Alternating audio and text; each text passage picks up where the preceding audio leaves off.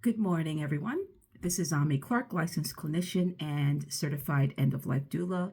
So it's Monday, so the weekend has passed, and I had a lot of thinking to do this weekend as I thought about, how I work with my clients, how I can, guide them so that they can learn to use healthy coping strategies when they are experiencing depression that is often triggered by trauma they experienced.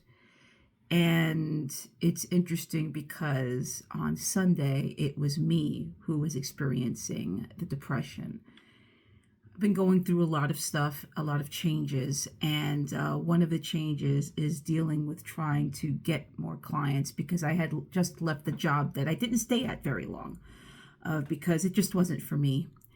And I realized that as a therapist, I like to care for my clients consistently, as in weekly or biweekly, the same day, the same time, unless something comes up for them or something comes up for me and I let them know, they let me know, etc.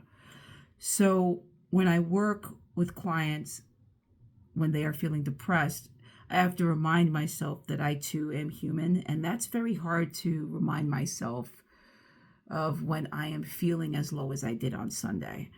Um, so I guess long story short, I have a lot of triggers because I have my own trauma experience. So my traumatic experiences, I do have a diagnosis of complex post-traumatic stress disorder, and financial issues, finances on my end have always been a trigger of mine because of the fact that I was never really good with my finances and I was always shamed for it. So now that I'm trying to get better at it, it gets a little iffy when things don't work out the way I would like them to. And that can scare me and it causes anxiety. And then what happens is I get triggered. And then what happens is I fall into a depression. Or I have a meltdown, but this was a depression. And I kept myself away. I kept my distance from my husband because I didn't want him to have to deal with all of this. He knew how I was feeling. I was open about it. So I just spent the day alone processing my emotions, doing what I can to help myself feel better. And it worked for the most part, but I have to say it was a good reminder as a therapist that I too am a human being with a lot of emotions, a lot of things that I am working on.